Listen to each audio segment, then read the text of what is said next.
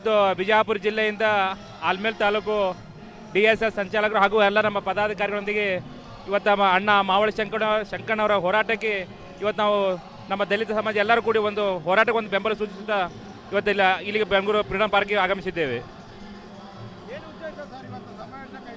ನಮಗೆ ದಲಿತರಿಗೆ ಬರ್ತಕ್ಕಂಥ ಹಕ್ಕುತಾಯಿ ಅದರ ವಿಷಯವಾಗಿ ಮತ್ತು ನಮ್ಮ ದಲಿತರಿಗೆ ಬರ್ತಕ್ಕಂಥ ಮೀಸಲಾತಿಗಳು ಏನು ಕಾಂಗ್ರೆಸ್ ಪಕ್ಷ ದುರ್ಬಳಕೆ ಮಾಡ್ಕೋತಿದೆ ಅದರ ವಿರುದ್ಧವಾಗಿ ಇವತ್ತು ನಾವು ಹೋರಾಟವನ್ನು ಹಮ್ಮಿಕೊಂಡಿದ್ದೀವಿ.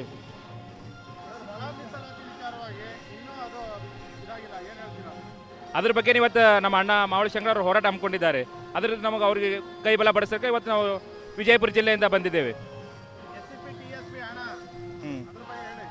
STP ಹಣವನ್ನು ನಮ್ಮ ಗೃಹಲಕ್ಷ್ಮಿ ಹಾಗೂ ಕಾಂಗ್ರೆಸ್ ಪಕ್ಷದವರು ತಮ್ಮ ಯಾವೆಲ್ಲ ದುರ್ಬಳಕೆಯಲ್ಲಿ ಮಾಡ್ಕೊಳ್ತಾರೆ ಅದರ ವಿರುದ್ಧವಾಗಿ ನಾವು ಒಂದು ಹೋರಾಟ ಹಮ್ಮಿಕೊಂಡಿದ್ದೇವೆ.